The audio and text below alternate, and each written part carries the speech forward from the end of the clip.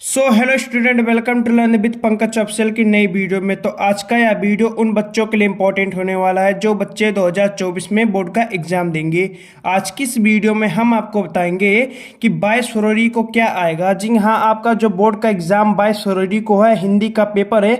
आज की इस वीडियो में हम आपको बताएंगे कि हिंदी के पेपर में क्या आएगा, हिंदी में 70 में 70 कैसे लाएं। अगर आज की इस वीडियो को आप देखते हो तो आपको मैं ऐसा मूल मंत्र बताने वाला हूं जिससे आप हिंदी में 70 में 70 लाओगे। ठीक है, कम से कम समय में हिंदी की तैयारी कैसे करें, कम समय में हिंदी की तैयारी कैसे करें। अब आपके पास कुछ ही दिन और बचे हैं हिंदी की तैयारी के लिए। ठीक है, तो आज की इस वीडियो को पूरा एंड तक जरूर देखना, अच्छे से हिंदी में नंबर लाने के लिए वीडियो को अंत तक देखना। तो चलिए हम आपको बताते हैं कि 22 फरवरी को जो आपका हिंदी का पेपर है उसमें क्या क्या आएगा।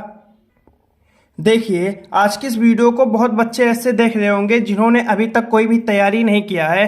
पहले तो मैं उन बच्चों को बता दूं कि अगर आपको केवल हिंदी में पास होना, ठीक है, अगर आपको पास होना है तो देखिए 30 नंबर आपको मिलता है प्रैक्टिकल से। ठीक है, उसके बाद 30 नंबर आपको मिलता है प्रैक्टिकल से। आपको इसमें जो आपका जीवन परिचय आता है इससे आपको 4 नंबर मिलता है। ठीक है, 4 नंबर मिलता है आपको जीवन परिचय का। ठीक है, उसके बाद मैं आपको आपका एक गद्यांश बता देना हो, उससे आपको मिलेगा 6 नंबर। ठीक है, तो आपका 6 और इधर ये हो गया 10 और इधर आपका हो गया 30। ठीक है, आप ऐसे पास हो गए 40 नंबर के साथ। ठीक है, तो 40 नंबर 100 में 40 नंबर आपका आ गया। पर आपको अच्छे से हिंदी में अगर आपको टॉप करना है तो आज की इस वीडियो को पूरा देखना। आज की इस वीडियो में मैंने आपको जितना भी टॉपिक बताया है, अगर आप उन्हें कहीं ना कहीं तैयार कर लेते हो तो बोर्ड एग्जाम में आपसे अच्छा नंबर कोई नहीं लाएगा। जब मैंने बोर्ड का एग्जाम दिया था तो मेरा हिंदी में 97%, ठीक है, 97% 100 में, ठीक है, 97 नंबर आए थे। तो चलिए मैं बताता हूं। देखिए, सबसे पहले क्या आपका महत्वपूर्ण जीवन परिचय, गद्य के सबसे महत्वपूर्ण जीवन परिचय क्या आपका। देखिए, सबसे पहले आपका जयशंकर प्रसाद, ठीक है, आपका जयशंकर प्रसाद जी का जीवन परिचय और आचार्य रामचंद्र शुक्ल और डॉक्टर राजेंद्र प्रसाद। ठीक है, लेकिन जयशंकर प्रसाद और आचार्य रामचंद्र शुक्ल से आपका फिक्स है। ठीक है, 100% 101% फिक्स है आपका कि यहां से क्वेश्चन आएगा ही आएगा। ठीक है, तो एक ना एक आपका फंसेगा, तो आप इन्हें तैयार कर लेना। इन दोनों के जीवन परिचय हमने अपने चैनल पर पढ़ाए हुए हैं, आप उन्हें देख सकते हो। ठीक है, बहुत ही अच्छे तरीके से।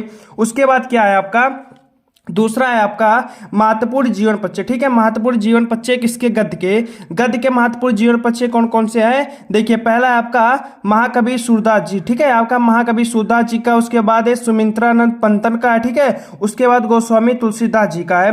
पर आपका जो महाकवि सूरदास जी है, उसके बाद आपका गोस्वामी तुलसीदास जी हैं, इनसे फिक्स है। ठीक है, एक ना एक आएगा, इसका भी 100% 101% फिक्स है कि यहां से भी एक ना एक क्वेश्चन आएगा।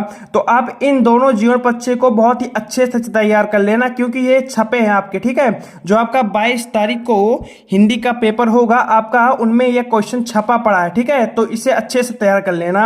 उसके बाद देखिए क्या आपका, उसके बाद आपका महत्वपूर्ण गद्यांश, आपके 6 नंबर के महत्वपूर्ण गद्यांश आते हैं। ठीक है, उनका संदर्भ लिखने के लिए, व्याख्या करने के लिए, ठीक है, उनका प्रसंग लिखने के लिए 3 चीज आपको देगा उससे लिखने के लिए। देखिए, सबसे महत्वपूर्ण गद्यांश किन चैप्टर से आता है। पहला है आपका मित्रता। ठीक है, आपका मित्रता से ज्यादा गद्यांश आता है। उसके बाद आपका ममता और भारतीय संस्कृति। ठीक है, आपका मित्रता, ममता और भारतीय संस्कृति, इन चैप्टर को आप एक बार अच्छे से अगर पढ़ लेते हो, ठीक है, तो आपका ये 6 नंबर कहीं नहीं जाएगा।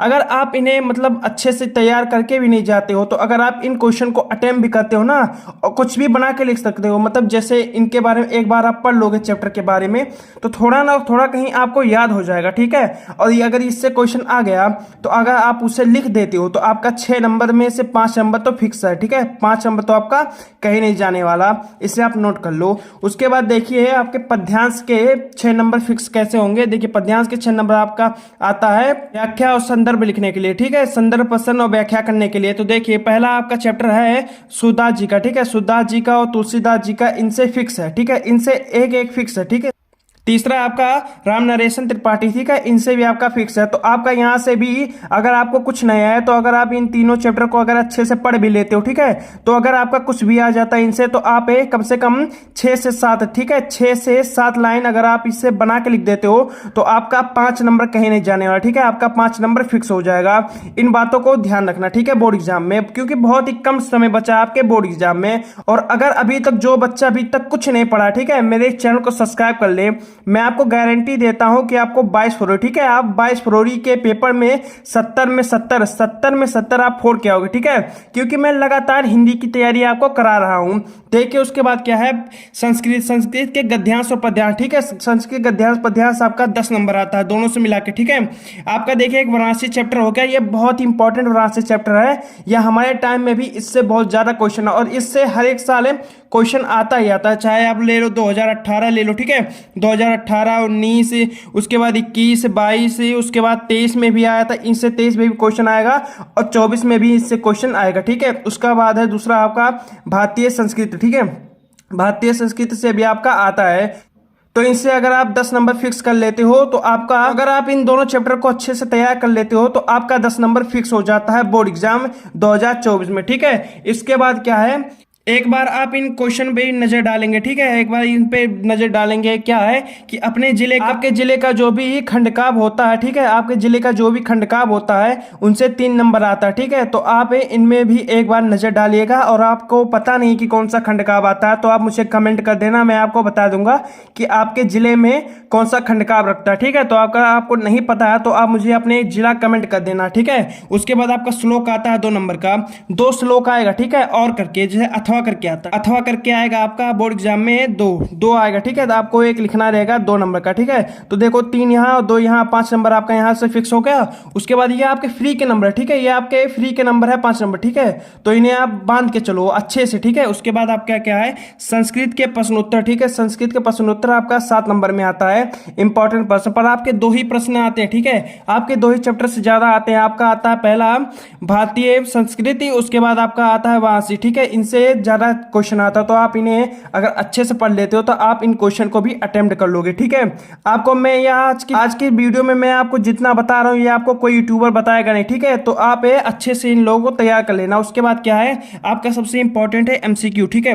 आपका बोर्ड एग्जाम में 20 एमसीक्यू आता है ओएमआर सीट में भरने के लिए, ठीक है। आपका ओएमआर सीट दिया जाएगा आपको, उस पर से गोला करना रहता है और एक क्वेश्चन 1 नंबर का रहता है, ठीक है। 20 क्वेश्चन 20 नंबर के आपके बहुत ही अच्छे से मिल जाएंगे आपको, ठीक है। तो देखिए अपन नोट में क्या लिखा है कि महत्वपूर्ण एमसीक्यू की वीडियो चैनल पे है। अगर आप मेरे चैनल पर जाओगे तो मैंने अभी कुछ ही दिन हो रहे हैं, मैंने अच्छे से एमसीक्यू की भंडार पूरा लगा दिया, ठीक है। तो आप उन्हें भी अच्छे से पढ़ लेना। उसके बाद क्या है कि चैनल को सब्सक्राइब कर लो, ठीक है, चैनल को सब्सक्राइब कर लो ऐसे वीडियो पाने के लिए, ठीक है, क्योंकि महत्वपूर्ण प्रश्नों का सिलसिला चल रहा है, ठीक है। 22 फरवरी, ठीक है, आपका 22 फरवरी को देखिए, 22 फरवरी को आपको हिंदी का पेपर, ठीक है, और 22 फरवरी के हिंदी पेपर में अगर आप 70 में 70, ठीक है, 70 में 70 लाना चाहते हो तो आप मेरे चैनल को सब्सक्राइब कर लेना, ठीक है, अच्छी तरीके से प्रिपरेशन करने के लिए। तो आज की इस वीडियो में बस इतना ही, हम मिलते हैं किसी नेक्स्ट टॉपिक के साथ नेक्स्ट वीडियो में, तब तक के लिए बाय।